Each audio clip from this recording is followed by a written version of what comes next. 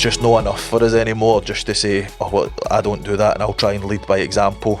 Your example needs to be louder and it needs to be bigger.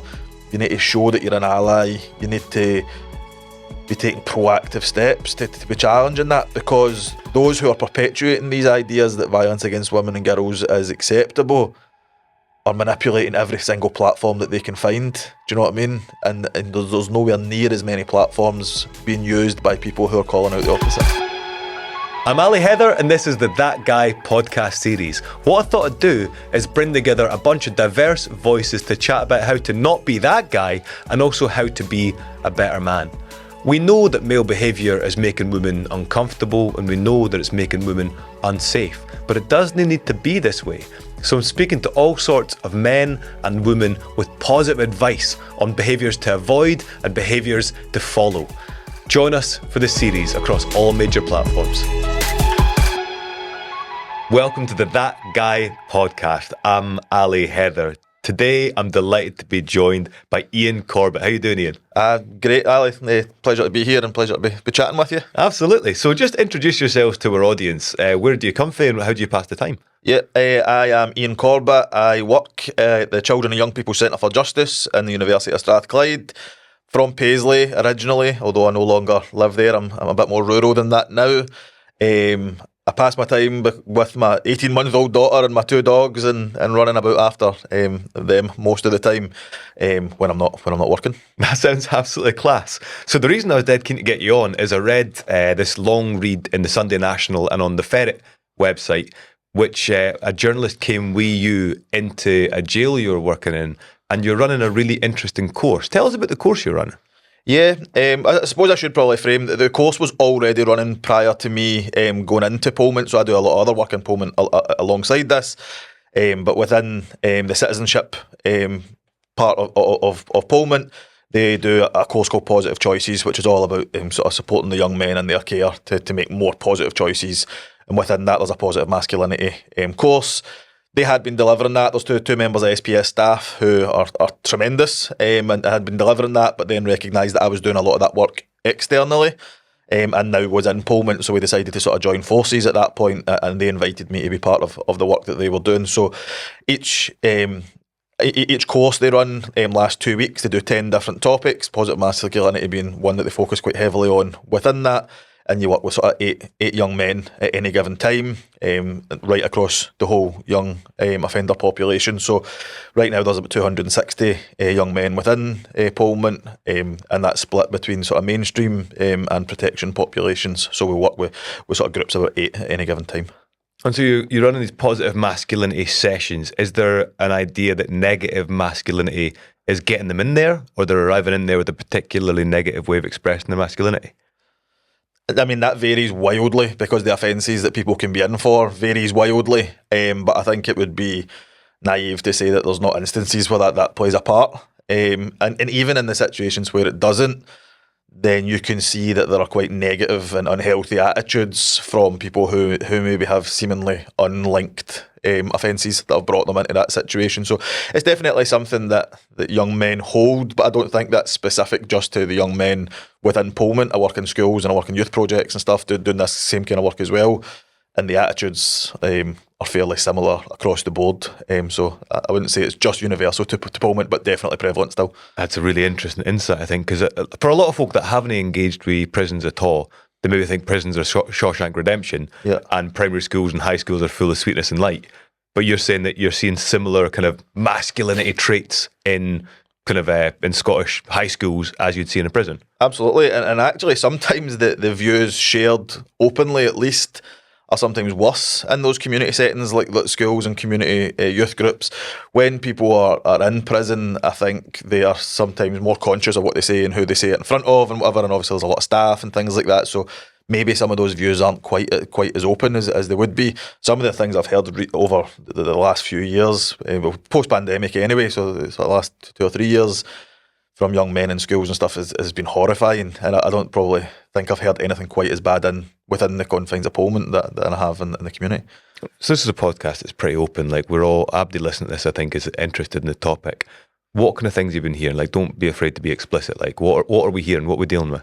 I suppose like there was one thing that kind of stuck with me that there was a group of boys I worked with, and I'm not going to mention where, but who constantly just spoke about women as sluts. Like universally, they were sluts. So like if they seen a group of girls, it was there's a group of sluts. What really hit me, I think, was hearing a girl who was at part of that same sort of crowd refer to herself as just being a slut, and seeing that actually that sort of how that had manifested into her understanding and value of herself and that kind of thing. But I have seen young people sharing videos of graphic and violent porn, talking about strangulation, talking about demoralising, dehumanising women, disrespecting teachers, disrespecting female youth workers, and actually something that, like, I'm sure we'll get onto it, but like as a young person myself who grew up in a masculine environment, it was distinctly different from what I remember growing up in that sort of that similar environment. Because I'm 35-year-old and I grew up in sort of like in Angus, in like a wee village, and so definitely there was the old-fashioned kind of like sort of gender hierarchies and all that kind of stuff, and like men got to hear the public life, men got the salary. I think when I was born, like a lot of women wouldn't even have bank accounts and that kind of thing. Like it was a very different structure, but the masculinity wasn't the same as I'm seeing with the 17, 18-year-olds today. Like there seems to be a violence to it. There seems to be that whole thing of men being like the patriarchal protector and dominator has gone, and there seemed to be something else coming through. How would you kind of characterise the kind of the males that these young lads are trying to be? It's hard now that I've been so entrenched in this work that maybe my views have probably changed and developed and evolved in what I'm doing. But I think for me, like, it's an evolution, not a revolution. I think like we've created a socio-economic context where this has been allowed to breed. So all those things that you just mentioned that were prevalent when we were younger and we were of a similar age were started well before that. So if you look at any point at any point in history, really, males have dominated and that's trickled down. But then what's happened is we've got the introduction of the internet, we've got the introduction of social media, we've got people who can spread messaging globally very quickly and uncensored, which fundamentally I'm not against. However, we do need to be aware and conscious of where that leads us. And I think like that has changed how ideologies form, evolve and spread, and at the rate that they spread as well. I think a lot of these things that we see now are far beyond just misogyny and patriarchy. It's violence against women and girls. Do you know what I mean? It's not. I think the other two phrases still minimise that to a certain effect. And it probably was always there, but it was underground. There was shame in holding those views, and they were challenged, and that seems to have gone. And I think that's gone, one, because you've got social media influencers, you've got musicians, you've got celebrities who portray this idea that disrespect and contempt for women is okay. But also you have the re-elected leader of the free world saying that you can grab women by the pussy. You've got sexual scandals all through UK government. So like how, like, this is learned behaviour. Do you know what I mean? It's maybe magnified, as all things do as we go along timelines.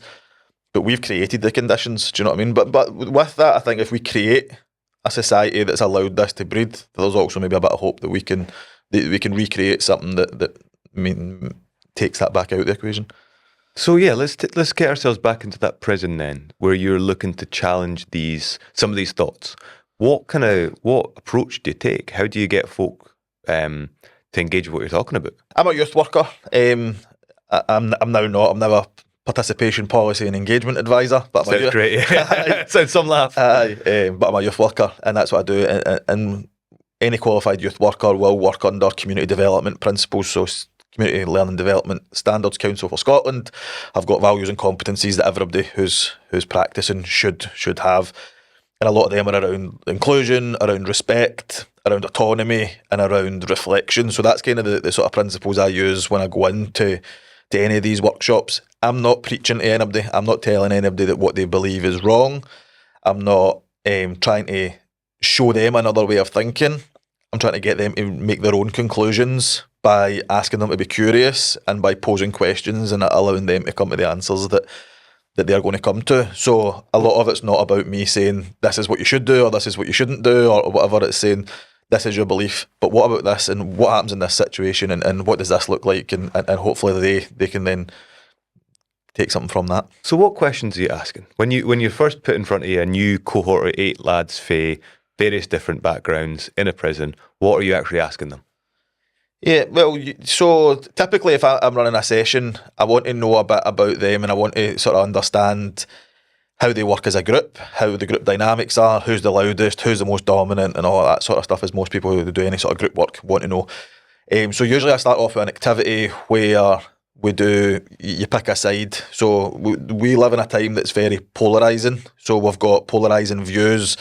We've got, if you're a young person, and Parliament is specifically young people under the age of 23, if you're a young person, you've lived most of your life under austerity measures. You have lived through an independence referendum, which has split your country in two. Then if you look at the broader country, we've had the Brexit and Remain polarisation. We've had a global pandemic, and then the sort of vax, anti-vax stuff that's came from that. So everything's very black and white, polarised. Is it just a shy time to be young? Like, that's a rough period to grow up in. It is, and then you couple that with we've got a climate emergency, and they're told that the world's coming to an end, and it's their job to fix it, although they're not the ones that caused the problem. So, it's difficult. Like, it's hard to be young. But I think for me, the most important part of that is how polarising everything is. So what I actually do is lean into that and say, right, well, let's polarise you a little bit, and then create the conditions where you can change your mind, which is something that sometimes is alien to people. So we'll start off just by getting them to pick some basic things, and they need to pick their favourite. So usually maybe start with like food. So it could be pizza or pasta. You need to pick what side you're on. Pizza. I'd go pizza. But then what I would do is ask you then to tell me why. So you need to convince me and potentially other people why pasta's better than pizza. It just makes you feel much better. Sits in the belly better. A good pepperoni pizza. No, tell me one pasta better than a good pepperoni pizza. I think a nice carbonara. So, really, like with good, like tagliatelle, like nice fresh tagliatelle, some nice ham and cheese on there. Yep. Sits in the belly much nicer, tastes amazing, and is pretty easy to make. I can't make a decent pizza at home, I can make a decent pasta at home. Yep, solid arguments. So then what I would do at that point would offer the opportunity for boys to move to the side. So if they've been convinced that something else is better, and somebody's made a solid argument, they can then change, or they can counter it with another argument. So it gives people the opportunity just to be a bit more free in their thinking and to change sides. Then we'll do a few different ones of them. So we would do boxing or UFC, we would do BMW, Mercedes, we would do Biggie or Tupac, Taylor Swift, Sabrina Carpenter, mums or dads, Mike Tyson, Muhammad Ali, who's the greatest ever, and all these sort of questions. And then we have these little debates. The reason that particular tool becomes so useful is because when we then move the conversation on a little, usually the next step that I would do is to try and understand if they know what misogyny is, but also if they understand the traits of males and females. Now, what I do is often is take that away from the individual people and actually put it onto places or buildings or systems. So one of the things I would say, if you were to say the prison itself, is it a male or is it a female? Then they need to think about the traits and the mannerisms of a prison and try and compare them. So almost universally they'll say, the prison's a male environment. And I'll say, what about hospital? Now they're thinking about care and nurture and healing and whatever, and almost universally they'll say that that's a female environment. So then we say, well, where would you rather spend a year? Would you rather spend a year in a hospital, and would you rather spend it in a prison? And why? Why is that? And it's like, well, in a hospital you've got more freedom, you've got more flexibility, people are there to nurture you and to help you, and I would say that happens in prison too. But then they lean into the warmth that people are offering in that, and that allows us to then have conversations about the characteristics of human beings and how males, so interesting, males and females are different. Then we start unpicking what people's views are on harm and on violence. Is violence between men more acceptable than violence violence from a man to a woman?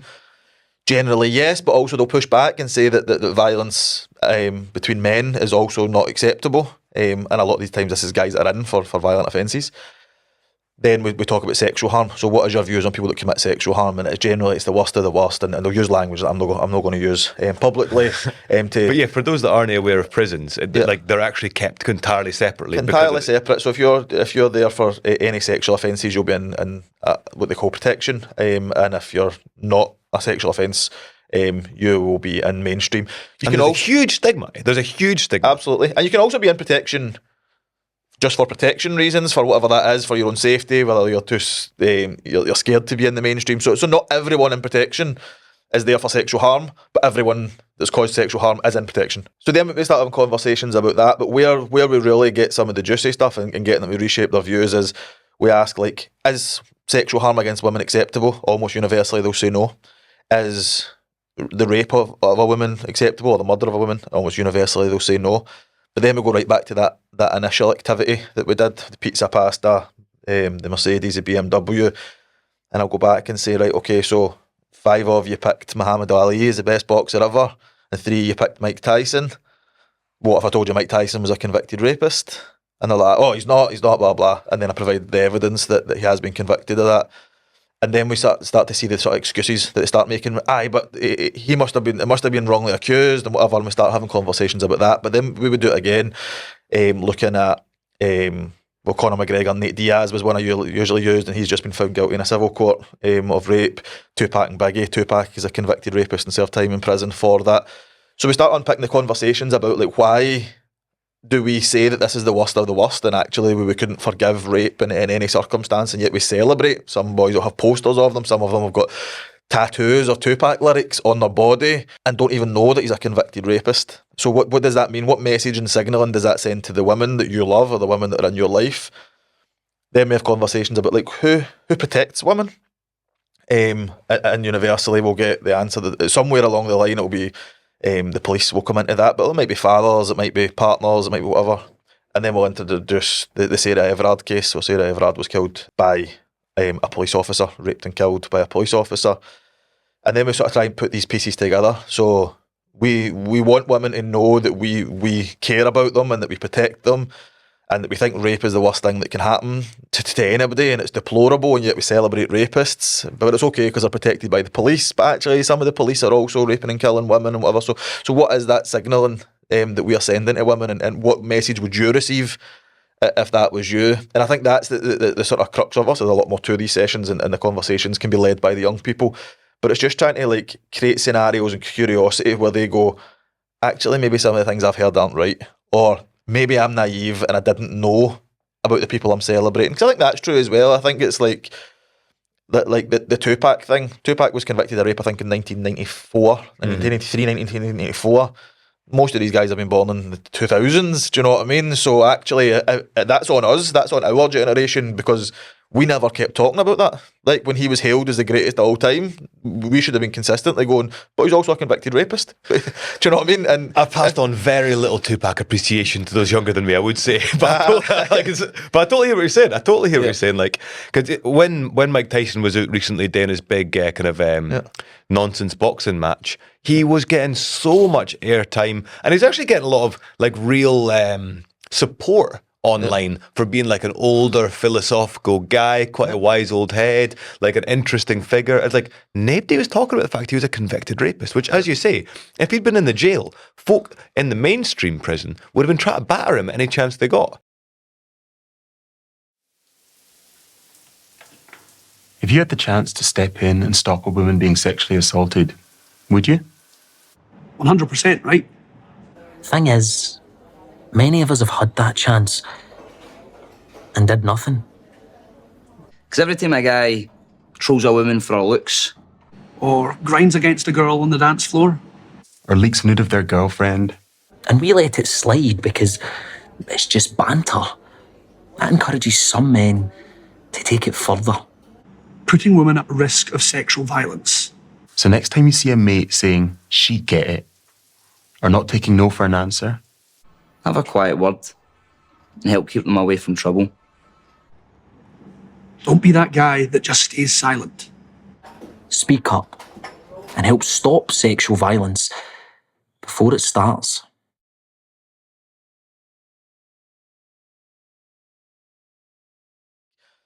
Tupac would have been in protection. Conor McGregor would have been in protection. Like all of these ones would have been in that space. And I think that you do see that starting to drop. The penny starting to drop, with them. It's almost like when you have some sort of material success, then we forgive everything else as men. And I'm not saying all men do that, but I think as a sweeping generalisation, value success more than we value our women. But Donald Trump, you referred to him already. He was not wrong when he said, when you're powerful, you can do whatever you want. Absolutely. You can grab him by the pussy. Like, it's a horrible thing to say, but he's no wrong. Absolutely. He's done it. Like, all these people have done these terrible things. Yep. And as long as you've got a level of success, you're fine. But also I think what that does as well is it gives permission. And I think that's where that's dangerous, is because what he said is when you're powerful, you can do anything. But what some people hear when he says that is if you do anything, it gives you power. Do you know what I mean? So actually grabbing somebody by the pussy and sexually assaulting somebody then gives you the status of power. Do you know what I mean? And when you don't have, when you're looking at people who have material wealth as an example of success, and you don't have any success in that sense, you want power. One of the things like I always talk about from like my time as a young person being involved in sort of violence and antisocial behaviour is violence is a currency. Like, we talk about violence as this thing where it is demonised, rightly so, because of the harm that it causes. But violence and fear can sometimes be the only thing that you've got to trade in. When you have no money, when you have no material wealth, but people are scared of you and they know that you'll be violent, you get respect and power with that. So you can use that and you can leverage that. And what he does by saying that is gives permission people, where that historically was male on male violence, he switched that to say actually it doesn't really matter if it's male on male. Do you know what I mean? In That's such a, because I grew up kind of standard working class. I think you did yourself. And like there was no money about, so there was when I was young, there wasn't a big aspiration to having cash, because it was kind of out of the question. Like Dundee 2008, there wasn't much cash about. But that, you're totally right. Folk looked for power in different ways. And so I looked for power through things like I'd organise heavy metal gigs and try and sell them out, and you'd get a bit of kind of a social clout by promoting gigs. But you're right, folk that had it were physically frightening, and you knew were like Raj. That gave you quite a lot of kudos. Do you think that is because Andrew Tate does, and those kind of, because he's obviously fading, but a lot of these guys have that physical violence to them. Do you think that's directly related? Like if you can't access power through cash, you access it through violence. Yes, but I don't think Andrew Tate would have lasted in any housing scheme in Glasgow or Dundee or anywhere in 2008. So I think there's also been a shift into what that looks like. The violence that we probably were exposed to, the recreational violence, the gang violence, the like open mass violence that used to exist doesn't exist in the same way. It's far more interpersonal, it's more online violence and that sort of stuff, and that's his breeding ground. Because I would say the reality is he's not that powerful of a man in any kind of way. But to make it absolutely clear, he could kick my head in. Like, I'm not challenging him here. There's less people probably just societally that are likely to kick your head in than there used to be. Yes. Which gives him the space to exist. Whereas where early 2000s, when gang culture was there, there was multiple people probably in your own street that would have kicked your head in. Do you know what I mean? So, totally. So I grew up in rural Angus, which actually a bunch of cheery chuchters, and it was actually quite nice. But I understand you yourself in Paisley, there was you grew up at kind of where the gangs were and experienced that yourself. Absolutely. And I was never the most violent or in the hardest gang or whatever, but it was a culture. It was a culture of, it was almost like a subculture of sort of Neds and gangs where violence was part of our recreation. So you went and organised heavy metal gigs, we went and organised brawls in the park, do you know what I mean? And that was our fun. And I think actually that was a bit of a social anomaly where it was the Violence Reduction Unit, Karen McCluskey coined the term recreational violence. We were just having violence for fun. And it was. And it's not now violence is so often linked to money, to power, to drugs, to organised crime and all that sort of stuff. And ours was crime and it was semi-organised, but it wouldn't be organised crime, do you know what I mean? It was just wee guys in the park chasing each other about, throwing things at each other. And sometimes it went wrong and sometimes people get seriously hurt. I think that the point is you knew so many people at that point that had power through violence that Andrew Tate would have been so irrelevant because there was nothing special about him. Do you know what I mean? The wealth thing and the obsession with money, I think, came with social media and the fact that we perpetuate unrealistic ideas of what people are and what people do and how much wealth they have. And I think Andrew Tate's leaned into that well, because it's far easier to convince a 16-year-old that they're not a successful man because they don't have a Ferrari than it is to convince a 35-year-old. Do you know what I mean? So if you're looking at who are the people that are going to buy into your bullshit, then 16-year-olds that have not got any cash that want it, and you flash your cars and talk about how much money you've got, which is actually unverifiable. Nobody even knows how much money he's got. Do you know what I mean? He just says numbers, which is it's fine. But that's what appeals to people. Do you know what I mean? And I think like that's when you get people on, and then when he uses that as his hook, because and before we started recording, we did a quick talk about some of the things that he says aren't bad advice. He tells people to look after their health. Mm-hmm. He tells people to eat well. He tells them to train. He tells them to be disciplined. Inherently, those aren't bad things. And believe in yourself. Yeah. But what comes along with it? So he uses that as the hook, but then says, let's disenfranchise and be violent towards women and human traffic and rape. Do you know what I mean? So, like, we can't just say that anybody that says something remotely good can be excused for all the things that they've said negatively, and that's where I think like we need to... Andrew Tate was banned on multiple platforms, and for me that was a big mistake because of that increased his appeal. What do they not want us hearing? Why are they censoring him? This is somebody that we need to think, he must have something there. He's got some sort of magnum opus that we need to lean into because they don't want us to hear it. When the reality is if they'd said to us, all right, this guy's got a few quid and he's got terrible attitudes, let's understand what space he's filling for these young men. What is it that they're seeking? What itch is it they need scratched? And how do we offer something that's more healthy and more productive that fills that space? Because you're bang on. Like, he is saying something fundamentally there that's correct. And like, when I do speak to lads that are like 20, like so much of it is like loneliness, lack of opportunity, and a lack of sense of self. Like there seems to be this kind of like real crisis amongst young men now, and it is people like Andrew Tate that are able to kind of they're able to plant their seeds in that fertile ground because nobody else is, or like not enough people are in the same way.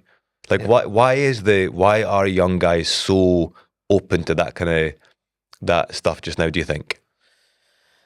I think the COVID pandemic's a huge part. Like, we lost 3 years of socialisation. Do you know what I mean? We lost 3 years of brain development. So it created the perfect mix of people who were, like, it wasn't just a feeling of isolation. Like, you were isolated.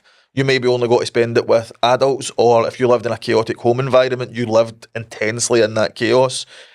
So your socialisation and the skills that you learn and the relationships that develop for a 3-year period were disrupted. So, like, that is valid. Like, but that's not just valid for men. That happened to everybody. That happens completely universally for globally. Do you know what I mean? Which is actually one of the uniquenesses of it. But that's true. I think the other thing though to answer your point is there are people standing up to fill that void with negativity, but everybody that's saying anything against it is kind of whispering in the corners, and we're not. There isn't an opposite. There isn't a flip side of Andrew Tate. There's not somebody standing up and saying, well, what about this? I'm equally as successful. If that's what you value, there are people out there who have money. There are people out there who have success. There are people out there with the Range Rovers and the Prada trainers and all the things that these young guys want to have. They've done it all legitimately, and that they treat their wives and their daughters with respect, and they hold the door open for women, and then they're good men, but they don't feel the need to stand up and shout about it. And I think we're at the point where, when the Me Too thing happened, there was a whole load, a bunch of people online saying, well, not all men. Well, of course it's not all men, right? But it's enough men that it's a problem. It's enough men that somebody's invested in us sitting on a podcast here and talking about it. Do you know what I mean? So it's problematic. But what we also have is not all men being allies. Not all men standing up against this. So we've got guys just saying, well, it's not me. I do the best I can, and I'll do it in the small ways. And that's good in a lot of ways. And there's people who are watching them, and maybe their kids or kids that are around about them will be looking and going, I want to be more like that. And that's positive. But we need guys to actually just stand up. We need guys to stand up and say, this isn't a woman problem. This is a man problem. Women are the victims in this. Like, we've got a society that is designed by men for men. We need to acknowledge that, well, speaking for myself, as a straight, white, able-bodied man, we've had a hand up in almost every aspect of our day-to-day life that women just haven't had. Yeah. And nobody's calling that out. Nobody's just saying, this is bullshit. Do you know what I mean? Because they're just too busy just not being a dick. Do you know what I mean? And I think that's what it comes down to. But I think we're at the point now where the opposite has got so much traction that we actually need the good men to be standing up and challenging it and putting their head above the parapet.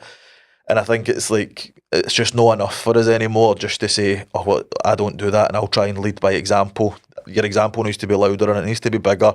You need to show that you're an ally. You need to be taking proactive steps to be challenging that, because those who are perpetuating these ideas that violence against women and girls is acceptable are manipulating every single platform that they can find. Do you know what I mean? And there's nowhere near as many platforms being used by people who are calling out the opposite. I think you're absolutely right, and you struck a real nail on the head there, because the content these guys put out is very good. It's got loads of hooks in it, and it's getting huge traction. Meeting that is it's a huge challenge. Yep. It's a huge challenge. Role modelling is really important in this conversation, isn't it? Yeah, absolutely. I think we need to all be thinking how we can be role models and how we can highlight the good that we do, or the best bits of us. And that kind of contradicts what I was saying earlier on about the unrealistic expectations set by social media. But if you're doing things that are good in real life and you can model that or lean into young people and explore how you do that, the processes that you went through.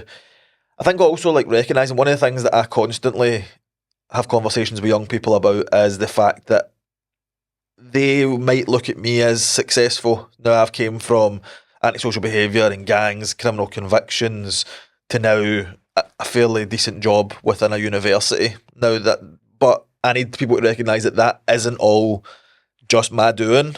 I've been given opportunities, I've been given hands up, I've been given places in spaces that I probably didn't belong multiple times, almost exclusively by women, who've allowed me to operate in places where it hadn't happened before. So then for me, it's being realistic about that and saying yes, okay, I've went from there to there, but that's not the journey. The journey is all of these things, and this is all the people that took a risk on me, this is all the people that opened the door. So I suppose when we're thinking about role models, it's there's a guy, a community development practitioner in Drumchapel, who said something to me years and years ago that always stuck with me. He says, basically our job is to hold the door open and get out the way. So that's, for me, it's how can you, to be a role model, how can you hold the door open? What doors can you open? And how do you just hold it there for somebody to come through and to create a new path and a new opportunity? But I think we also need to recognise that sometimes if people are looking at material success, that those in deprived communities don't have a lot of access to role models who have that. So it's not to say that if you're from Drumchapel in Glasgow or Sighthill in Edinburgh or Lochee in Dundee or whatever, that there isn't people who have been successful, even materially, from those places. It's often that when they get any material wealth, they leave. You know what I mean? They want social mobility, they want to move up to the 2.4 children and the detached house and all of that sort of stuff. And fair play to them. But what that leaves is a massive void. It leaves a void in our communities where young men and women in the communities aren't seeing the people with the material wealth except the criminals. So they're seeing people who don't have the ideologies that we want them to follow, who don't model the behaviours. And I'm not criticising all drug dealers. I'm sure there's some of them are lovely people. But that's not the aspirations that we want for our young people. Do you know what I mean? So it's fairly obvious to see how it becomes so toxic when you've got someone like Andrew Tate saying, oh, we want you to, you're successful if you've got loads of money and you've got nice fancy cars. And then you've got drug dealers who say, I've got a nice car and I've got loads of money. And it's very easy to get sucked in on the wrong path. And then when you do have some money and you do have a nice car, you go, well, he was right. Do you know what I mean? And it all sort of worked. And I think that's the other thing is as men, we need to acknowledge that some people don't want the patriarchy to be dismantled because it works for you. Do you know what I mean? We have a lot of men, a lot of successful men who the patriarchy has done everything it was designed to do. Do you know what I mean? Who won't acknowledge that was at the expense of women. Do you know what I mean? And actually, we're looking at guys who are successful in monetary terms and material terms, but who ran a 100-metre race with a 50-metre head start just because of the way they were born. Do you know what I mean? I do think a big part of any success I've experienced over the last few years has been down to the fact that people just receive me well. 100%. When I speak confidently about a subject, folk presume that I'm speaking relatively the truth. They're used to seeing somebody that looks like me and going, he kens what he's on about. Well, Like, 100%. he And belongs there. I would go even deeper to say that you probably wouldn't even have had the confidence to speak confidently had you not had the characteristics that you've got. So you're given permission to be confident, Yeah. whereas our females and our equals aren't instilled with the same confidence that we are. Do you know what I mean? I go into a room and I take up space. Aye. Do you know what I mean? And I know I do.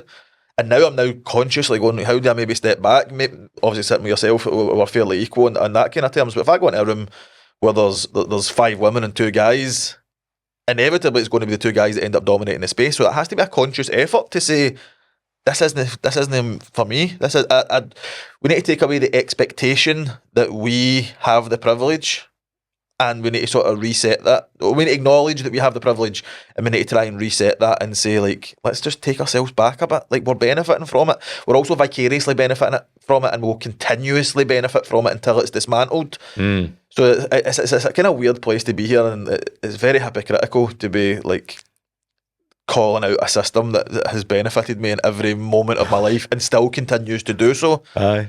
But every opportunity I've had, like I sort of alluded to there, every person who's picked me up when I've been at my worst, every person who's cleaned my wounds literally and metaphorically, every person who's gave me a job, every person who's nurtured me to progress onto the next stage has been a female. So I owe them a lot more than I owe men, and if I need to stand up and be counted for them, even just those individual females, then I'll continue to do that.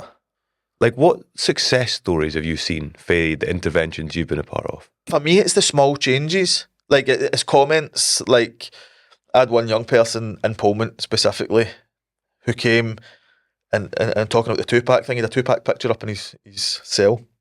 He came, he's like, I took that down. He said, I had never thought like what my mum and my sister might have thought about me listening to that and knowing that he was a rapist. A small comment, it was a throwaway thing, but that's somebody that's went away in their own time, thought about it, took a very small proactive action and changed. I'm never going to like end misogyny. Your podcast, for all it's great, is not going to end misogyny or violence against women and girls. It's the effort combined by everybody together at every opportunity and every exposure that's going to do that. There's a pal of mine, a guy James Docherty, he works at the Violence Reduction Unit, talks about a guy called Edmund Locard sometimes. Edmund Locard is the godfather of forensic criminology. So he's basically the guy that recognised that in a crime scene there might be hair, or there might be DNA, or there might be blood, or all of those things. But his basic principle was every contact leaves a trace. Now I think that if we apply that same principle to everything that we do, and recognise that every interaction and every contact we have, particularly as men with other younger men, and it's not even younger, because this is like generational, do you know what I mean? But if as men we see every opportunity that we have with other men is to leave a trace and leave them in a slightly better place, all of their attitudes in a slightly better place than when we met them, then that's when we're going to start to see incremental change. Because this didn't happen overnight, it happened quickly, but it didn't happen overnight. It happened incrementally, building on the things that have been happening for hundreds of years. Patriarchy wasn't started at the same time as Instagram. Do you know what I mean? It was accelerated at that point.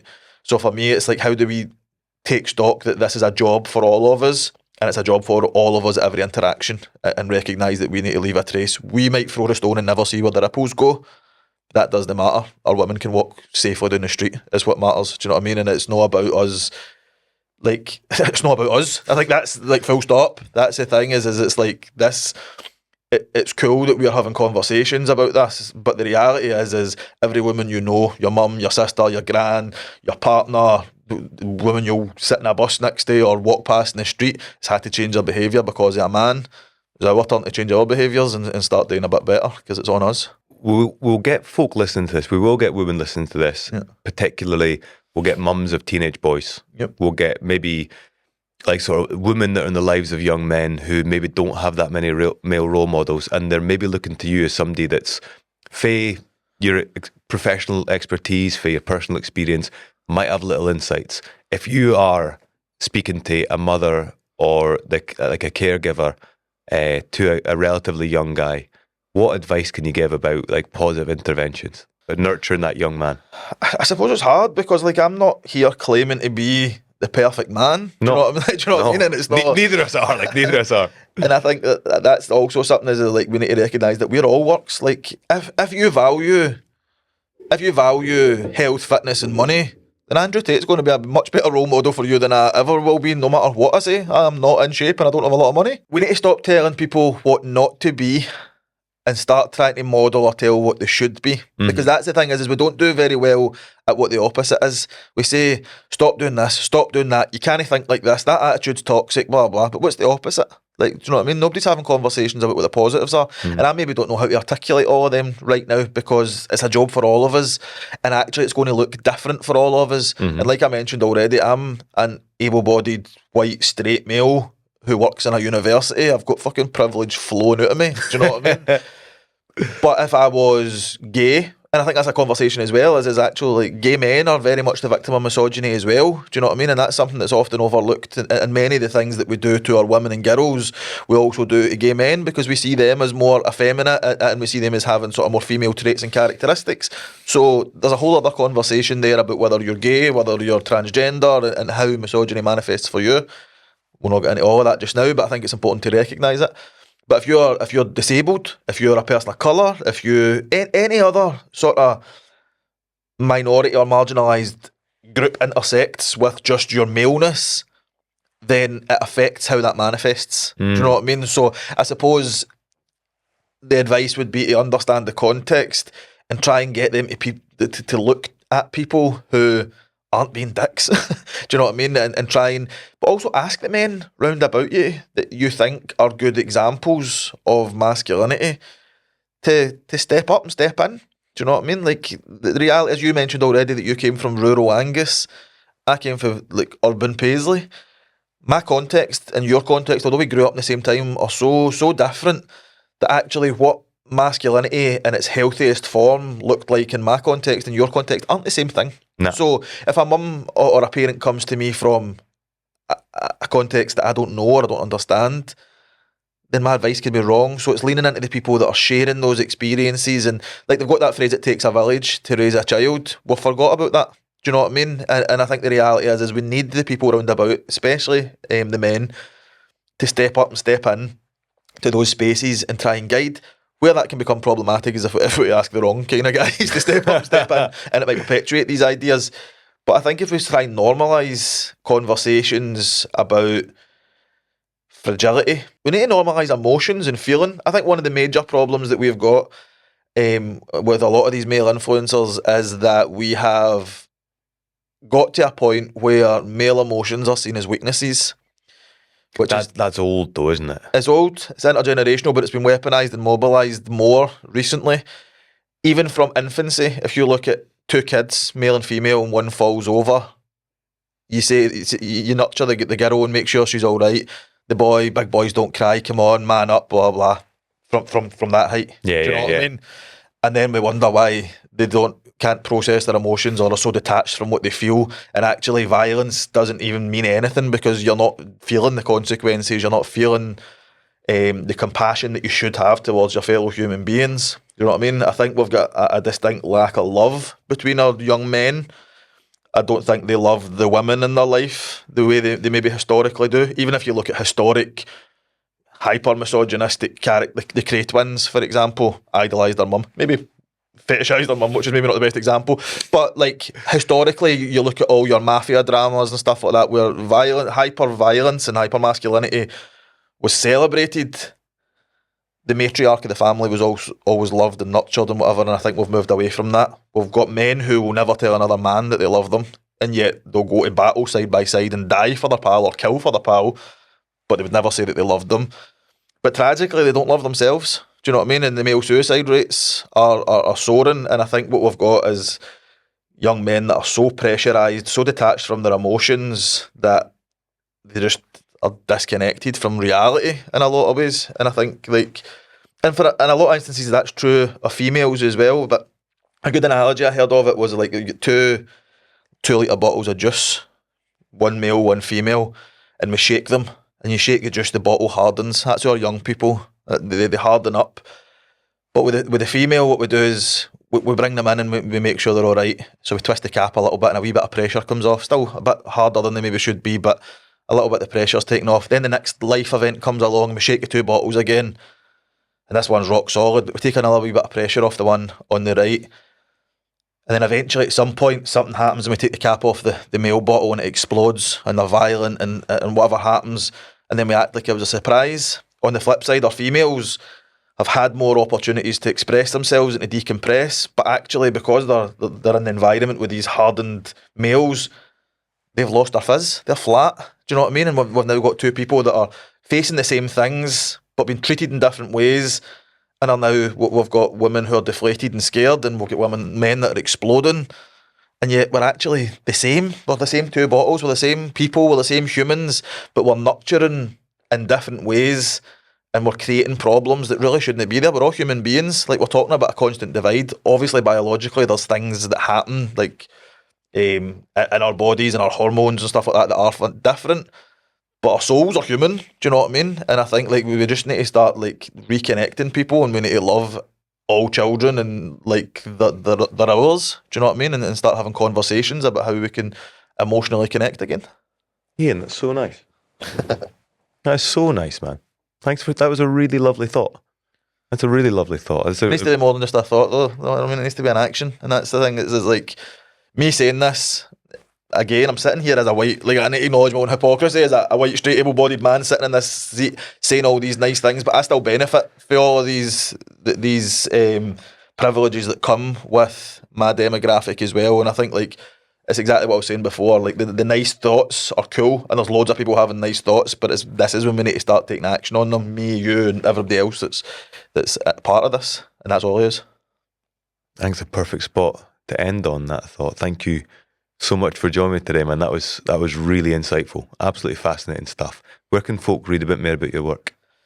Children and Young People Centre for Justice will have loads of resources on anything to do with justice or youth justice across Scotland, and my contact details and stuff are on there, my email address and whatever is there. I'm on LinkedIn and on Twitter, as much as I think that's a cesspit and I don't know how long I'll be there. But I am for now, hanging on in there at Ian Corbett 88 or Ian Corbett on LinkedIn, and you can check out what I'm up to there and keep up to date. I try and post the good and the bad where possible. Thanks so much, man. Thank you. Thanks for having us.